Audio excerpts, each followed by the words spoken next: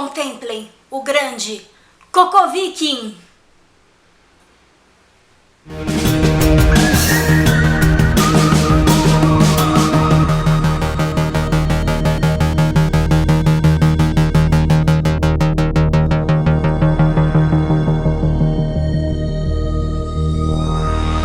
Estou no terceiro episódio dessa série de extremo bom gosto chamada Arqueologia e Cocô. O primeiríssimo vídeo desse canal, comecei bem, e o vídeo sobre o funcionário do banheiro do rei Henrique VIII estão aqui na descrição. 1972. 4 terrenos da era viking eram escavados na rua Coppergate, na cidade de York, na Inglaterra. Lá foram descobertos 9 metros de estratos arqueológicos, uma profundidade bastante incomum. Lá estavam as casas habitadas pelos vikings na época.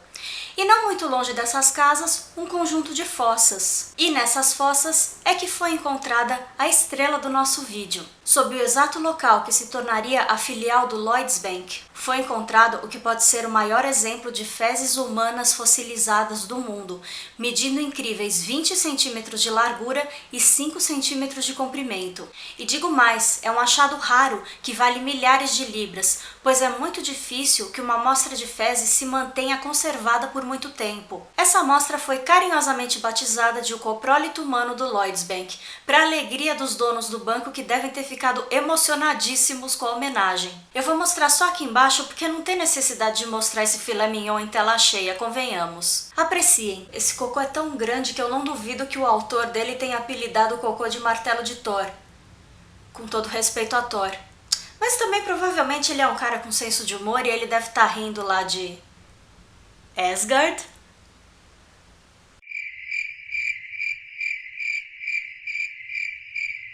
Mas por que uma tora dessa seria tão importante a ponto de estar exposta em destaque no centro viking de Jorvik? Ora, nunca subestime um cocô, pois todo cocô tem uma história. Vou contar a minha história, uma triste história, me chamam de fedido. Como eu já expliquei antes, materiais orgânicos são fundamentais para entender como um grupo de pessoas vivia em determinado período e em determinado local.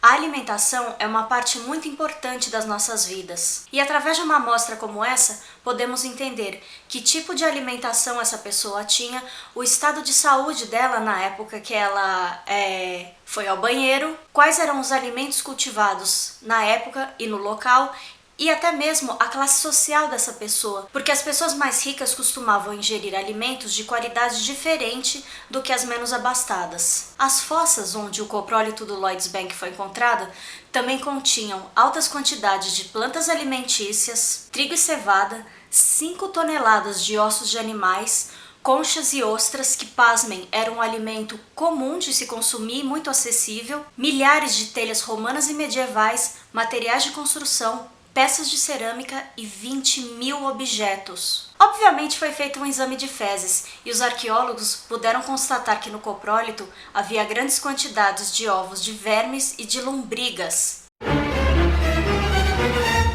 A contaminação, nesse caso, se dá pelo contato com o solo, com a água ou por alimentos mal manuseados e mal preparados. Ao encontrar um hospedeiro humano e se desenvolverem, esses parasitas causam desconfortos que podem ir desde inflamações locais, úlceras, cólicas, náuseas, anemia e até mesmo lesão pulmonar. Sem falar que eles podem sair dos nossos corpos pelos nossos diversos orifícios.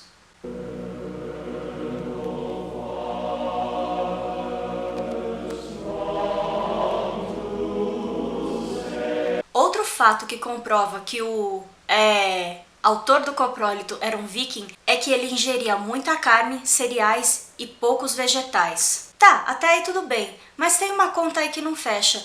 Vikings na Inglaterra? O correto não seria Dinamarca, Suécia, Noruega? Vamos entender por que eles foram até lá? Os vikings eram navegadores escandinavos cujos ataques e assentamentos subsequentes impactaram significativamente as culturas da Europa. A origem da palavra viking ainda é debatida pelos estudiosos. Tradicionalmente acredita-se que vem do nórdico vik, significando uma enseada ou um pequeno fiord, uma entrada natural para o mar, onde piratas podem espreitar e atacar navios mercantes. Outra suposição é que a palavra deriva do nórdico antigo para pirata. Em 8 de junho de 793, em um ataque sem precedentes, um grupo de invasores da Noruega saqueia o monastério de Lindisfarne, uma ilha na costa da Inglaterra. Alguns monges conseguiram fugir, mas muitos foram massacrados. Os invasores desapareceram com a mesma velocidade que surgiram. Em 794, os vikings retornam para uma nova pilhagem, dessa vez a abadia de Monkwearmouth Jarrow, onde Beda, um monge conhecido principalmente por sua obra-prima, A História Eclesiástica do Povo Inglês, um trabalho que lhe rendeu o título de pai da história inglesa, habitava. Já na primeira metade do século VII, os vikings invadem Yarmouth, na costa sul da Inglaterra, com 35 navios e milhares de guerreiros. Após uma série de batalhas ferozes, o rei Egberto de Wessex consegue expulsá-los. Em 865, o reino anglo-saxão da Nortúmbria, o mais importante centro de ensino religioso e artístico das Ilhas Britânicas, foi dominado pelos vikings. Um enorme exército de dinamarqueses invade a Anglia Oriental e, depois de acampar no inverno, marcha sobre a Nortúmbria, conquistando-a. Depois tomam a maior parte do reino de Mércia.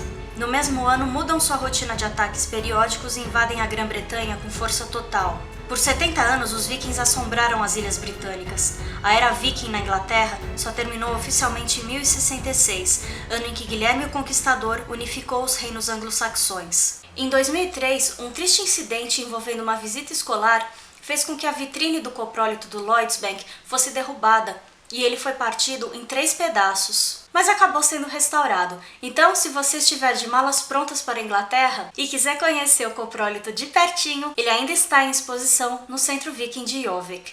Se você gostou desse vídeo, dá um joinha. Se não gostou,